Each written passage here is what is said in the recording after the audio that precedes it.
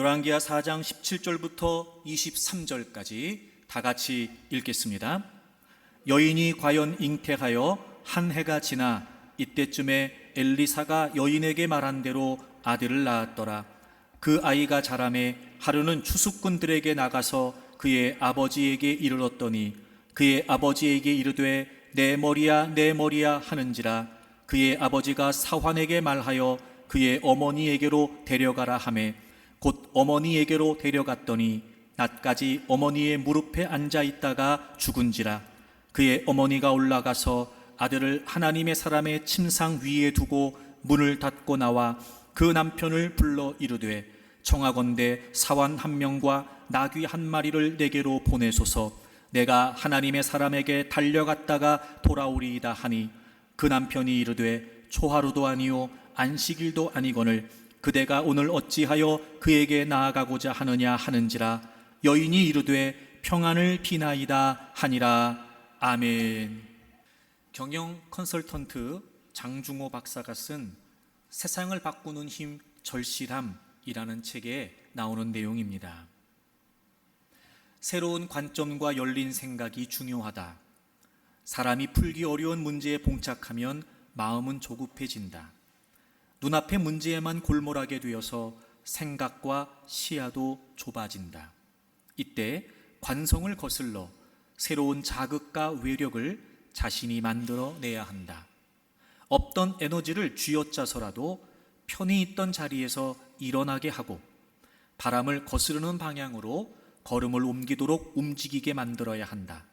이를 위해서는 열린 생각과 마인드를 가져야 한다. 열린 생각을 가진 사람은 전혀 다른 질문을 한다. 왜 꼭 그래야만 하지? 다른 방법은 없는 건가? 과연 이것이 최선일까? 이런 질문이 생각의 방향을 바꾼다. 이를 통해 새로운 관점과 열린 생각을 불어넣는 것이다. 절실함이 있는 사람은 열린 사람이다. 마음속에 절실함이 있다면 생각의 한계와 틀부터 깨보자. 누구나 어쩔 수 없는 문제를, 절망적인 상황을 겪고 삽니다. 이때 열린 생각을 하는 사람이 있는 반면에 닫힌 생각을 하는 사람들도 있습니다. 어쩔 수 없다, 불가능하다, 안 된다. 이렇게 닫힌 생각을 하는 사람들이 있습니다. 하지만 열린 생각을 하는 사람들도 있습니다. 정말 어쩔 수 없는 걸까? 진짜 불가능한 걸까? 안 되는 게 아니라 안 하는 건 아닐까?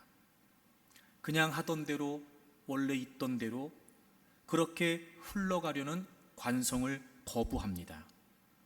문제에 짓눌리지 않고 문제를 파악하고 해결하고자 어떻게든 문제를 박차고 일어서려고 합니다. 절망을 거스르는 방향으로 움직이려고 합니다. 닫힌 생각을 하는 사람은 절망감에 빠집니다. 하지만 열린 생각을 하는 사람들은 절실함으로 일어섭니다. 사랑하는 교우 여러분, 여러분은 절망감으로 사십니까? 절실함으로 사십니까? 무엇보다 우리가 살아계신 하나님을 믿는 믿음이 있다면 우리는 어떤 절망에서도, 아니 아무리 절망적이라 할지라도 절망감으로 살지 말고 절실한 믿음으로 살아야 할 것입니다. 수넴에 경제적으로 부유하고 유력한 한 여인이 있었습니다. 그녀는 엘리사 선지자가 그 지역에 올 때마다 대접을 했고 뿐만 아니라 자신의 집에 엘리사를 위해 방을 만들어서 머물도록 했습니다. 이런 그녀의 세심한 배려를 받던 엘리사가 그녀에게 보답하려는 생각으로 필요한 무엇이 있는지를 물었습니다. 하지만 그녀는 자신은 부족한 것이 없고 어떤 대가를 바라고 대접을 하는 것이 아니라고 정중히 거절했습니다. 그런데 실은 이 여인에게 현재 아이가 없었습니다. 남편이 나이가 많아서 앞으로도 아이를 가질 수 없는 처지였습니다. 이 사실을 사환이었던 게하시로부터 들은 엘리사는 그녀를 불러서 내년 이때쯤에 아들을 낳을 것이라고 했습니다. 도무지 믿을 수 없는 엘리사의 말에 그녀는 자신을 속이지 말라고 했지만 엘리사의 말대로 한 해가 지나 그녀는 아들을 낳았습니다. 하나님의 기적이었습니다. 아이를 낳을 수 없다고 생각했던 그녀가 아들을 얻었으니 얼마나 기쁘고 좋았을까요? 그녀의 인생에서 최고의 축복이었을 것입니다. 그런데 아이와 함께 행복한 날들을 보내고 있던 어느 날, 아버지를 따라 추수밭에 갔던 아이가 머리가 아프다고 해서 집으로 돌아와서는 얼마 되지 않아 그만 죽고 말았습니다. 마른 하늘의 날벼락도 아니고 갑작스러운 아들의 죽음에 이 여인의 심정이 어땠을까요? 쥐면 꺼질까, 불면 날아갈까, 애지중지하던 하나밖에 없는 아들이, 그것도 전혀 기대할 수 없었던 상황에서 기적으로 낳은 아들이 죽었으니 얼마나 기가 막혔을까요? 도저히 믿기지 않았을 겁니다. 아니, 믿고 싶지 않았을 겁니다. 웬만큼 멘탈이 강한 사람이 아니었다면 실신할 수도 있었을 겁니다. 하늘이 무너지는 것 같았을 겁니다. 그런데 그런 상황에서 이 여인이 한 행동이 너무나 의아합니다. 오늘 본문 21절을 보겠습니다. 그의 어머니가 올라가서 아들을, 죽은 아들의 시신이겠죠, 하나님의 사람의 침상 위에 두고 아이의 시신을 자신의 방에 둔 것이 아니라 엘리사의 방, 엘리사의 침대 위에 뒀다고 되어 있어요. 그리고 문을 닫고 나왔다, 이렇게 기록하고 있습니다. 우리에겐 평범하게 보이는 이 문을 닫고 나왔다라고 하는 이 장면을 리처드 넬슨이라고 하는 주석가는 이렇게 설명을 합니다. 그 아이의 죽음을 극적 시간 속에 동결시켜 죽음의 과정이 더 이상 진행되지 못하게 하려고 했다. 그 아이의 죽음을 시간 속에 동결시켜 놓고 죽음의 과정이 더 이상 진행되지 못하게 하려고 했다는 거예요. 문을 닫고 나왔다는 걸 그런 의미로 해석을 하더라고요. 자, 여러분, 아이가 죽었습니다. 병에 걸린 것이 아닙니다. 아들이 죽었습니다. 그리고 그 다음은 뭘까요, 그러면? 아이가 죽었어요? 그 다음이 어떻게 진행된다는 걸까요? 아이가 죽었다라고 하는 이 상황, 더 이상 할 수 있는 건 없습니다. 어떤 기대도 할 수 없다는 것이지요. 이제 남은 건 뭐예요? 그대로 받아들이고 포기하는 겁니다. 즉, 절망입니다. 죽음 이후의 과정이 뭐예요? 절망이에요. 다시 말하면 이 여인이 아이의 시신을 엘리사의 방에 두고 문을 닫고 나왔다는 건 이런 의미였습니다. 아들의 죽음은 어쩔 수 없었습니다. 그러나 어쩔 수 없었던 죽음 앞에 포기하지는 않겠다는 거였습니다. 아들의 죽음은 막을 수 없었습니다. 그러나 막을 수 없었던 죽음 앞에 절망하지는 않겠다는 의미였습니다. 그리고 이 여인은 엘리사를 찾아갑니다. 남편에게 아이가 죽었다는 사실을 알리지도 않은 채 제일 먼저 이 여인이 한 일이 무엇이었냐면 하나님의 사람 엘리사를 찾아가는 일이었습니다. 도대체 이 여인은 어떤 마음이었을까요? 오늘 본문 22절을 보겠습니다.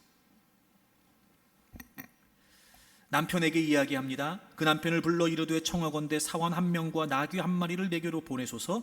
내가 하나님의 사람에게 달려갔다가 돌아오리이다. 하나님의 사람을 만나러 간다고 이야기하면서 뭐라고 말해요? 달려갔다가. 여러분이 달려간다라고 하는 말은요, 할 수 있는 한 최대로 서두른다는 의미예요. 아이가 죽었습니다. 그리고 지금 이 여인은 굉장히 서두르고 있습니다. 무엇을 위해서요? 엘리사를 만나러 가기 위해서 말이죠. 그리고 그는 엘리사를 찾아갑니다. 그리고 엘리사를 만납니다. 27절을 보겠습니다. 27절.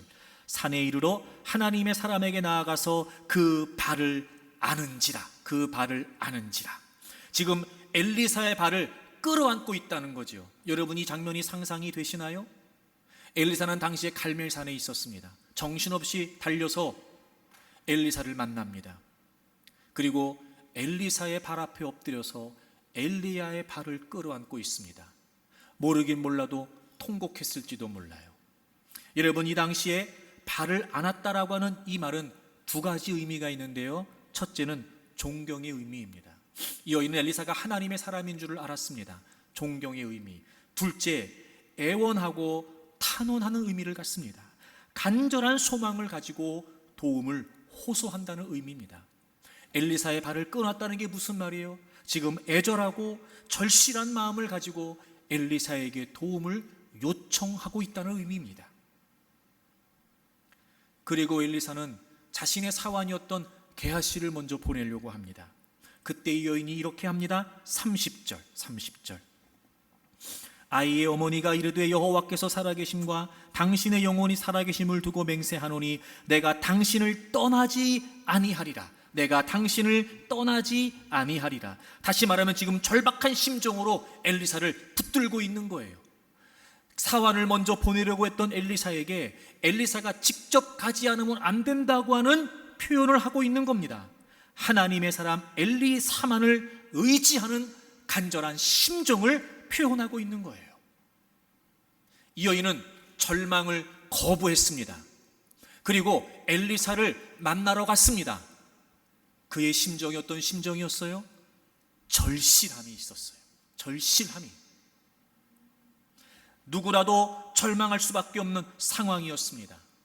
여러분, 아들의 죽음, 이 여인에게 있어서 그 어떤 상황보다 가장 결정적이고 치명적인 영향력을 미칠 수밖에 없는 겁니다. 절망하지 않을 수 없는 상황이었습니다. 누구라도 포기할 수밖에 없었습니다. 어쩔 수 없다, 불가능하다, 그렇습니다. 하지만 이 여인은 그런 관성을 거부합니다. 문제에 짓눌리지 않고 문제를 박차고 일어섭니다. 절망을 거스르는 방향으로 움직이고 달려갑니다.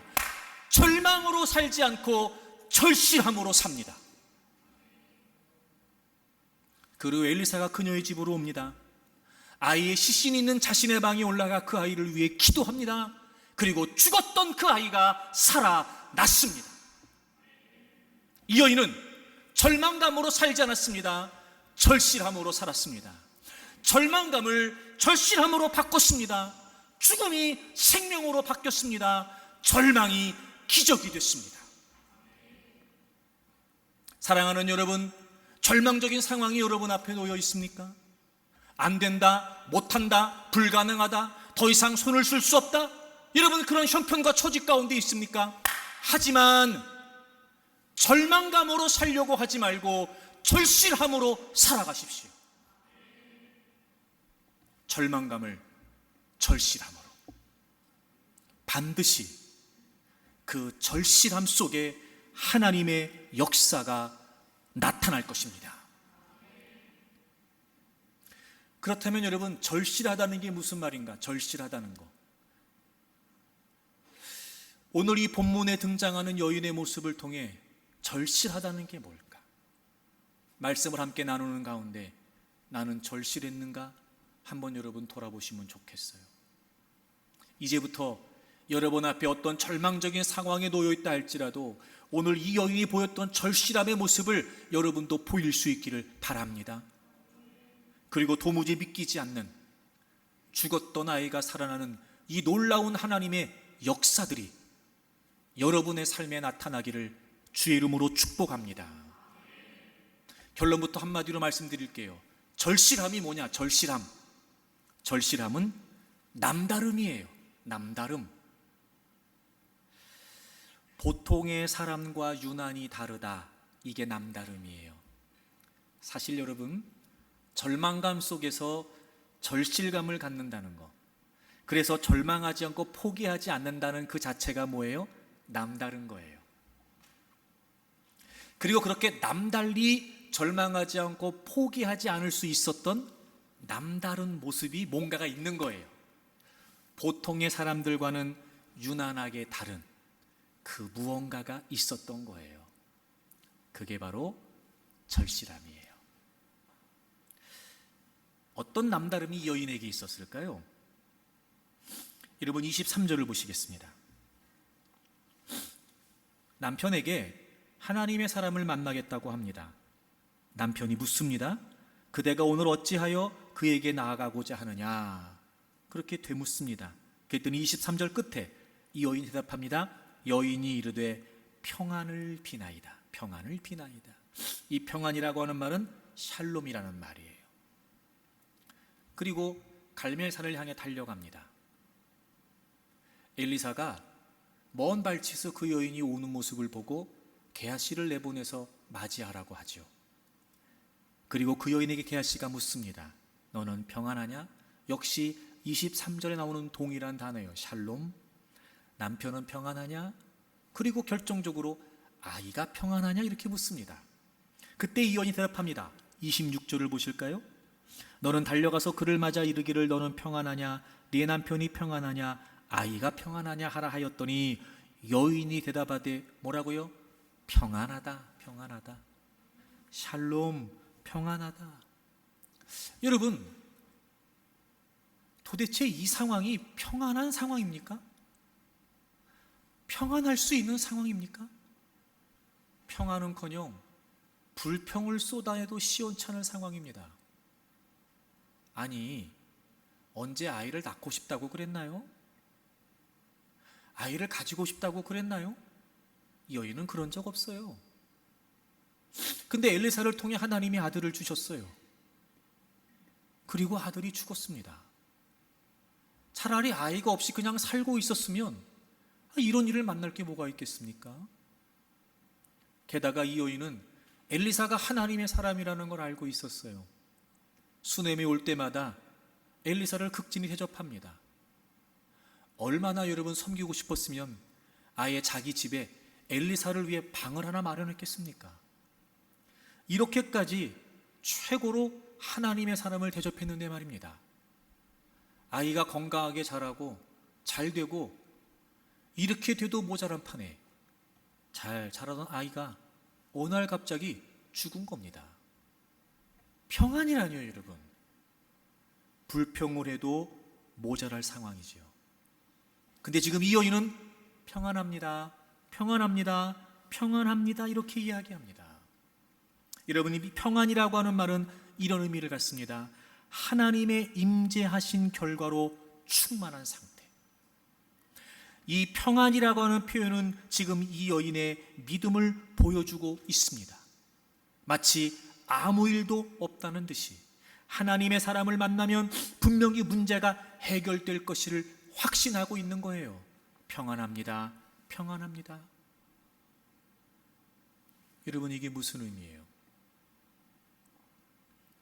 이 여인은 말이 남달랐어요. 부정적인 말을 하지 않는 거예요.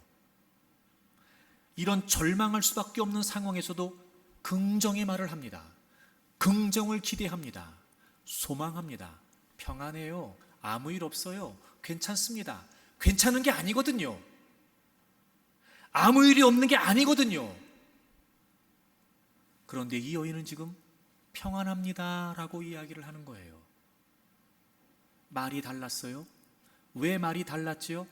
생각이 달랐기 때문이었어요. 하나님의 사람을 만나면, 하나님이 역사해 주시면, 하나님이 도와주시면 이 여인은 그 생각을 하고 있었어요. 아니, 그 생각밖에 없었어요. 아, 여러분, 이 여인에게 있어 절실함은 뭐였어요? 생각이, 말이 남달랐던 거예요. 부정적이지 않았다고요. 긍정적이었다고요. 참, 저는 이 여인의 모습을 보면서 이 부분이 얼마나 이 여인에게 각별했는지를 제가 느끼는 대목이 있었어요.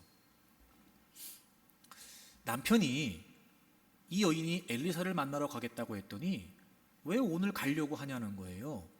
그때 이 여인이 평안입니다 이렇게 말해요. 평안을 구합니다 이렇게 이야기를 해요.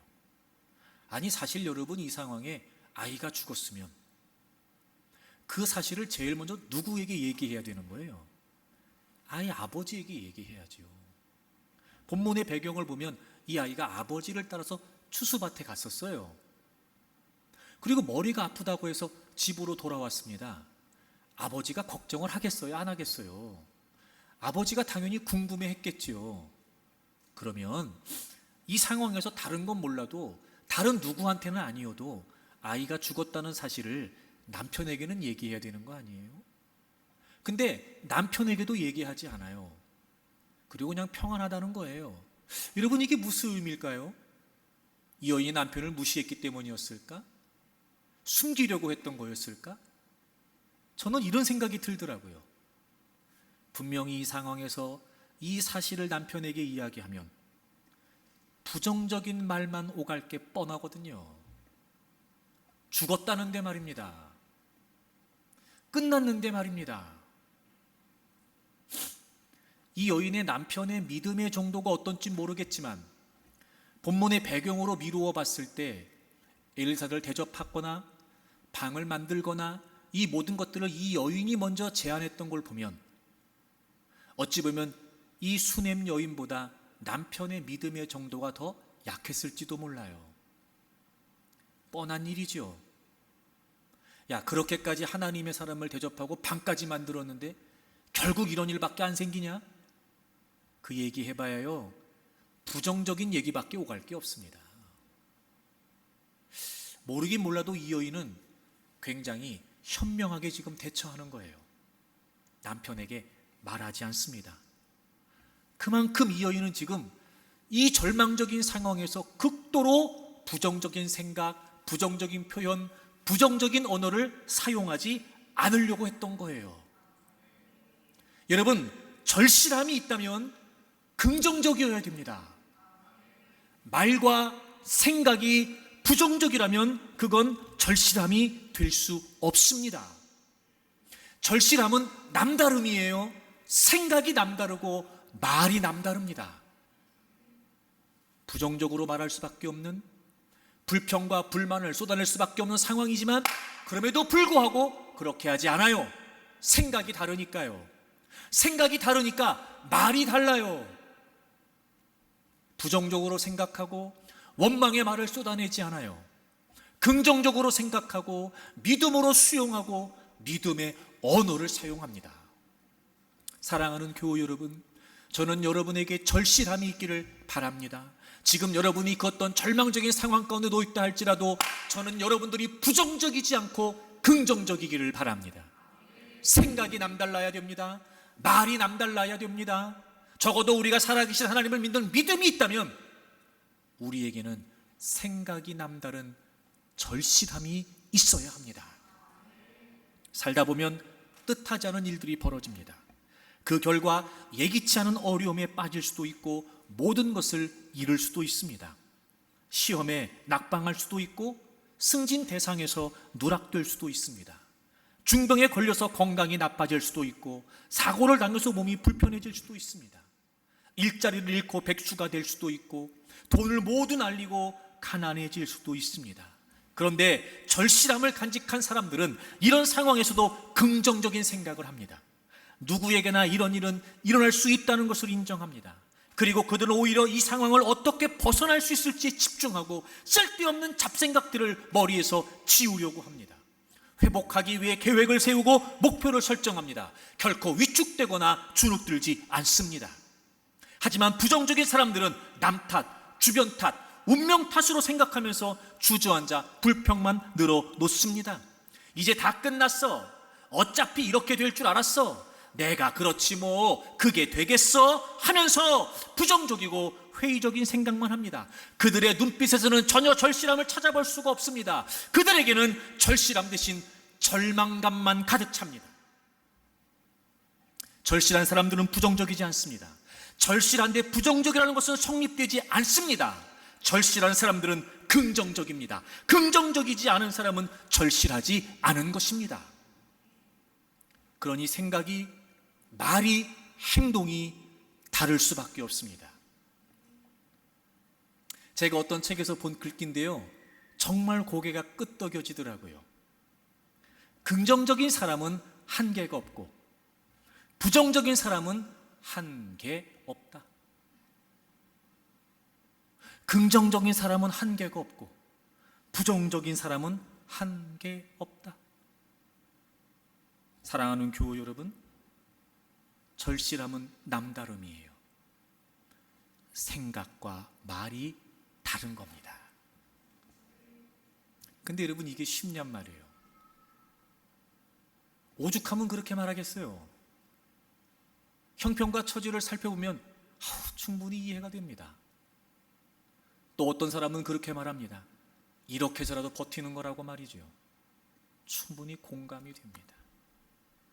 그럼 우리가 어떻게 이런 부정적인 상황에서도 긍정적인 생각과 말, 남다른 모습을 보일 수 있을까? 시편 19편을 찾겠습니다. 시편 19편 7절부터 보겠습니다. 여호와의 율법은 완전하여 영혼을 소성시키며. 하나님의 말씀은 완전하다. 완전하다는 말은 퍼펙트하다, 무결하다 이런 뜻이에요. 완벽하다는 말이에요. 그래서 영혼을 소성시킨대요. 여러분, 여기서 이 영혼이라고 하는 말은요, 우리가 짐작하는 그런 의미가 아니고 생명력, 기력 이런 뜻이에요. 생명력, 기력. 우리의 생명력, 우리의 기력을 소성시키신대요. 다시 말하면 여러분, 생기를 북돋워 준다는 거예요. 하나님의 말씀이. 여러분, 절망적인 상황을 만나면, 어려운 형편과 처지를 만나면 모든 게 다 다운됩니다. 다 귀찮고 다 짜증스럽고 움직이기도 싫고 뭐 하기도 싫고. 그게 왜 그러냐면 그런 상황들을 만나면 사람이 기력을 잃어버려요. 의욕을 상실해요. 에너지가 다 소멸됩니다. 여러분, 하나님의 말씀은 그럴 때 우리에게 생기를 북돋아 준다는 거예요. 그 다음 보실까요?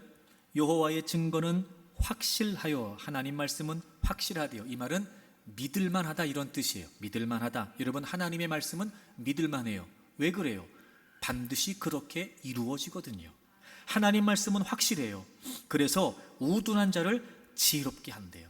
여러분, 이 우둔하다는 말을 제가 찾아봤더니 물론 우리가 일반적으로 알고 있는 어리석다라고 하는 표현도 있어요. 근데 이런 뜻이 있더라고요. 쉽게 상처 입는 사람들.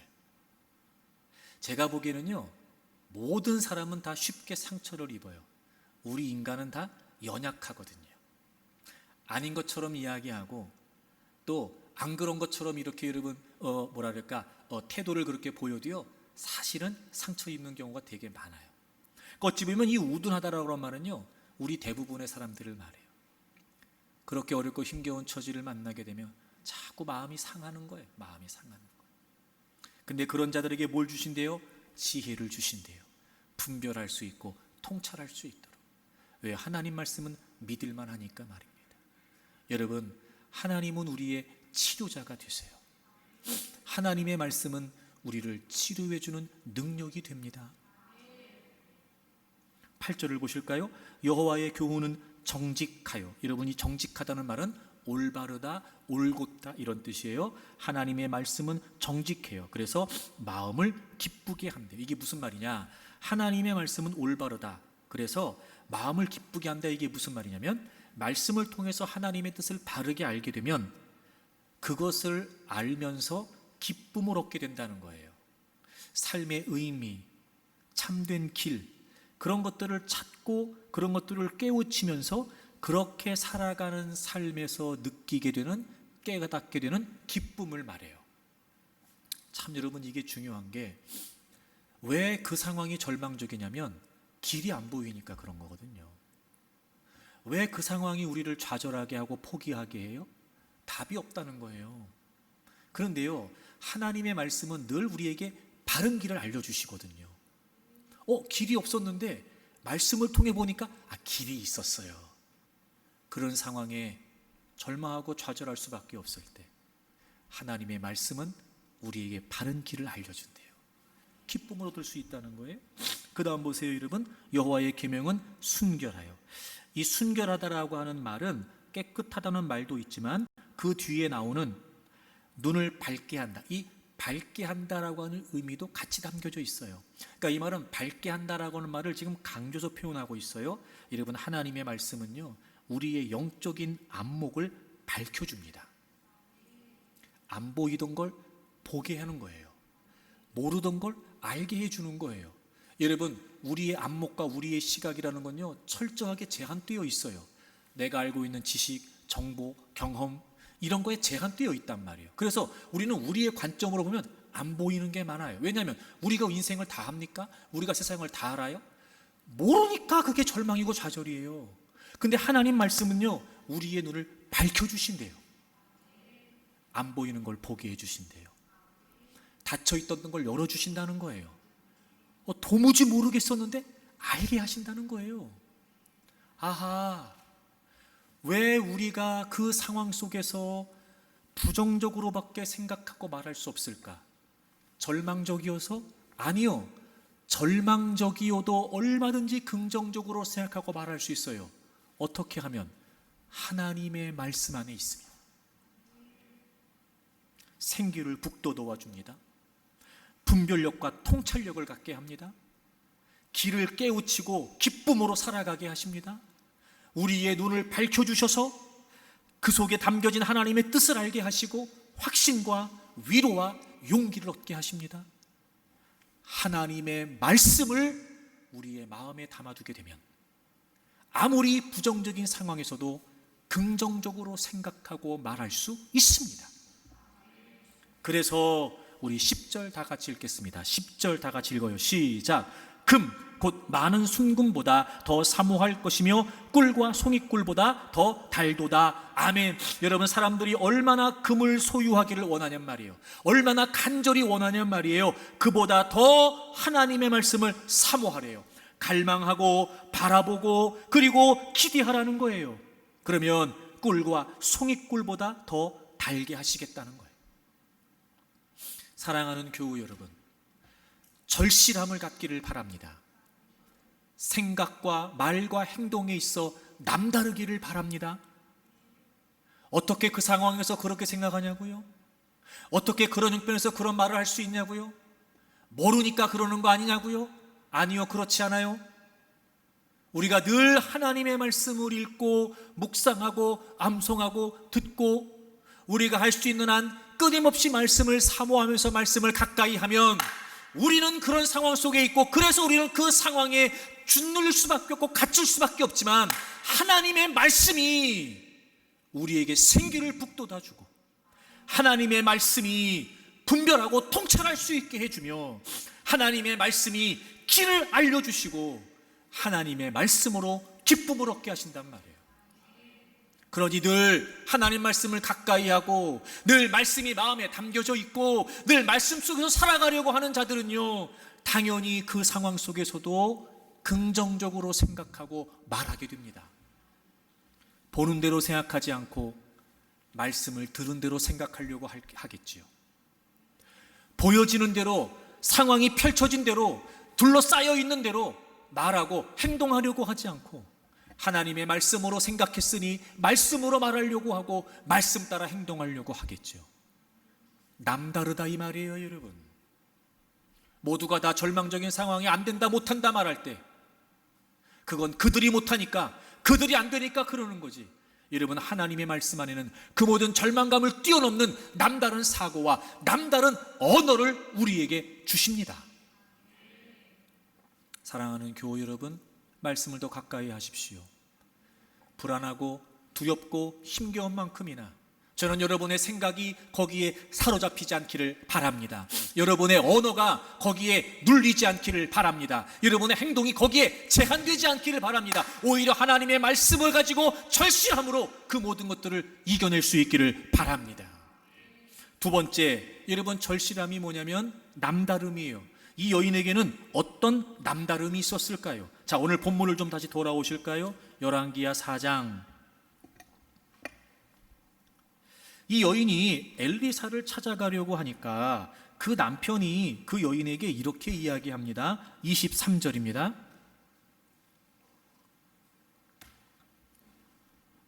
그 남편이 이르되 초하루도 아니요 안식일도 아니거늘 그대가 오늘 어찌하여 그에게 나아가고자 하느냐. 초하루도 아니고 안식일도 아닌데 그대가 오늘 왜 어찌하여 하나님의 사람에게 가려고 하냐는 거예요. 그러니까 지금 이 남편이 봤을 때 이 여인이 오늘 지금 엘리사를 찾아가는 건 이게 지금 굉장히 특별한 일이었던 거예요.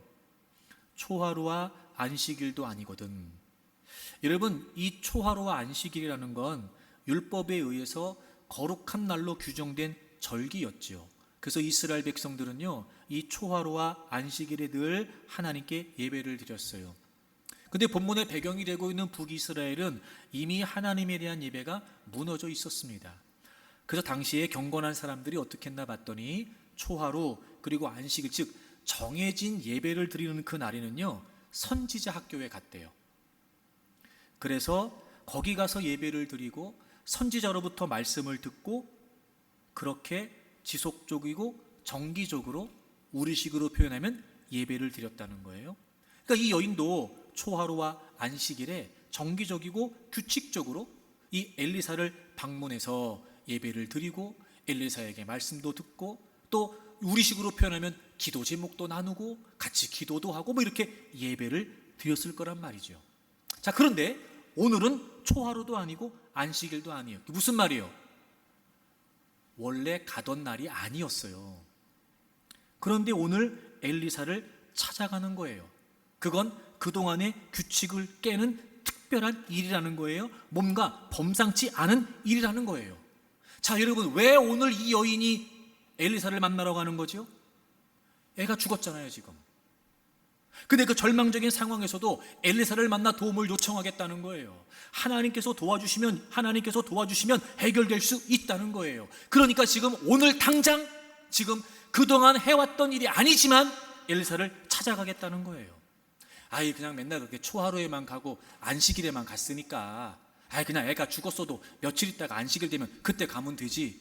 그게 아니에요, 여러분. 지금 오늘 가지 않으면 안 되는 거예요.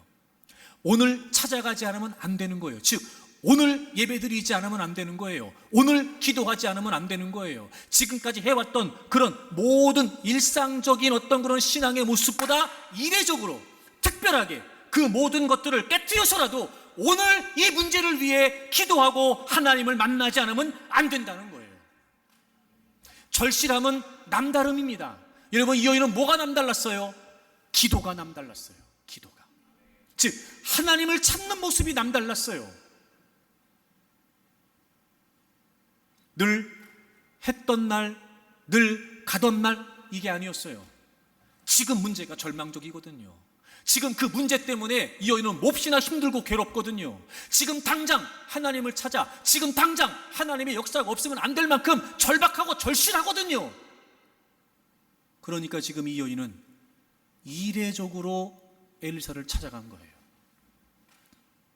사랑하는 교우 여러분, 절실함은 남다름이에요. 뭐가 남다른지 아세요? 하나님을 찾는 모습이 남다른 거예요. 그래요, 매일 기도하죠. 집에서 기도할 수 있어요. 우리가 지금 다급한 상황을 만났어요. 도무지 해결될 수 없는 문제예요. 그 문제 때문에 괴롭고 힘들어 죽겠어요. 에이, 뭐 어차피 또 주일에 갈 거니까 주일에 가서 그냥 기도하지 뭐. 이건 절실함이 아니죠, 여러분. 이건 남다름이 아니잖아요. 굳이 왜 오늘 하나님을 찾아 해결받기를 원하는 거예요. 굳이 왜 그 시간에라도 하나님을 찾고 하나님의 도우심을 구하겠다는 거예요. 사랑하는 여러분, 정말 여러분에게 절망적인 상황과 문제가 있다면 절실하게 남다른 모습으로 하나님을 찾으십시오. 금식은 언제 해보셨나요, 여러분? 철야는 해보십니까? 작정하고 기도하세요? 절실하지 않은 거예요. 남다름이 없는 겁니다. 그래요, 늘 여러분 기도하시겠지요. 물론이에요. 하지만 절실하다면 하나님을 찾는 모습이 남다르다니까요, 여러분. 부르짖어 기도하십니까? 통곡하며 하나님께 매달리십니까? 두 손 들고 하나님께 기도하시나요? 집에서 기도할 때도 앉아서 기도가 안 되는 거예요. 하나님을 향한 마음이 남다르니까 집에서도 일어나서 두 팔을 들고 기도하는 거예요. 하나님을 찾는 모습이 남다르잖아요. 주일에 한 번만 가면 되지 뭘 그렇게 자꾸 교회 가서 기도해. 내가 집에서 기도해도 되지.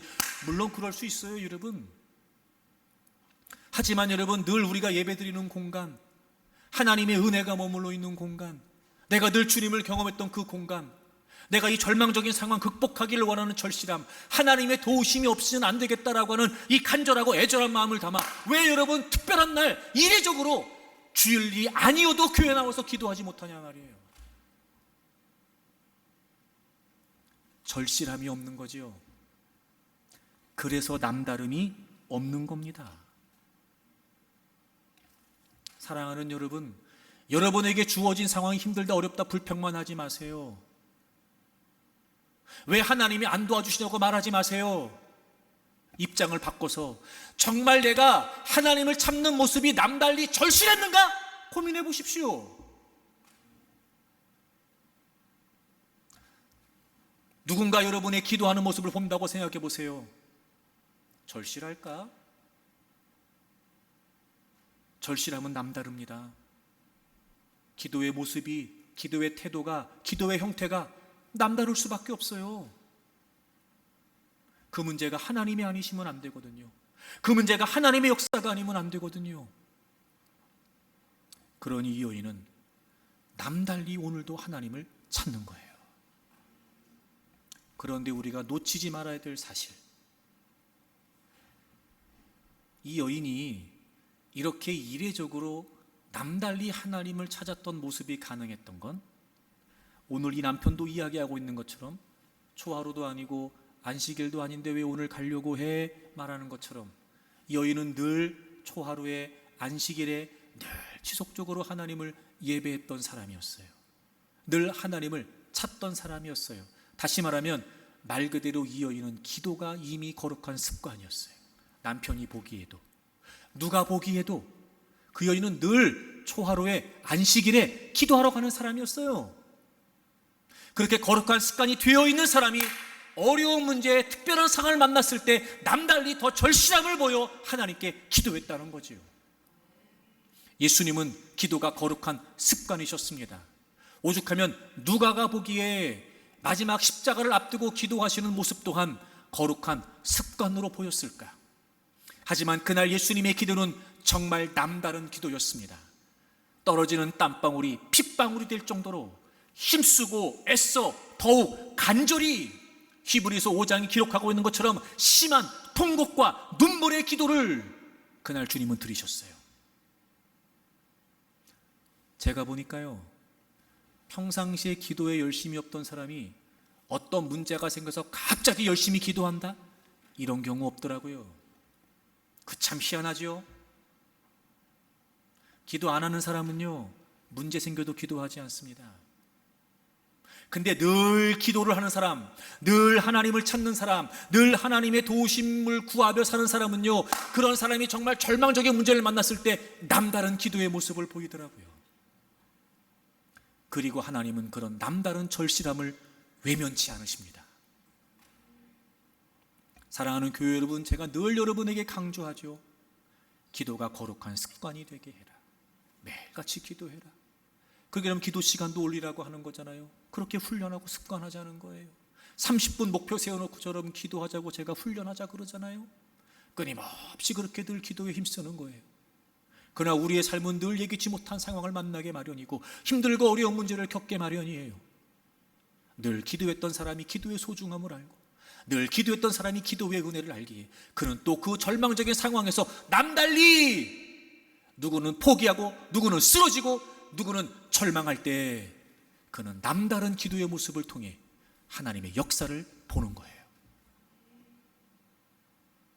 저는 여러분에게 여인과 같은 남다른 기도의 모습, 하나님을 찾는 모습이 남다르기를 바랍니다. 여러분, 왜 기도가 중요할까요? 왜 기도가 중요할까요?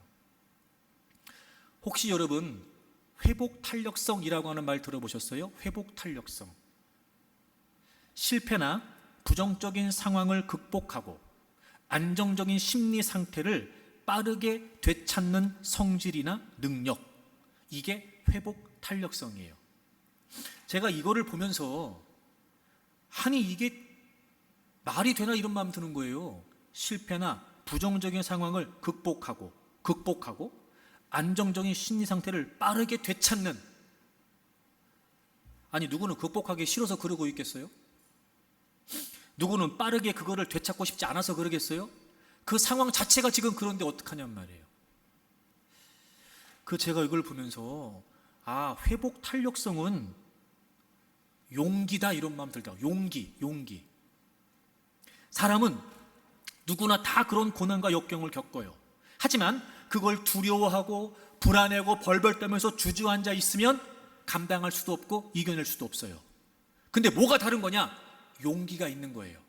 여러분, 그래야 맞설 수 있단 말이에요. 아무리 두렵고 아무리 절망적인 상황 속에서도 용기가 있으면 일단 일어서 보기라도 하는 거지. 용기가 있으면 일단 맞서 보기라도 하는 거예요.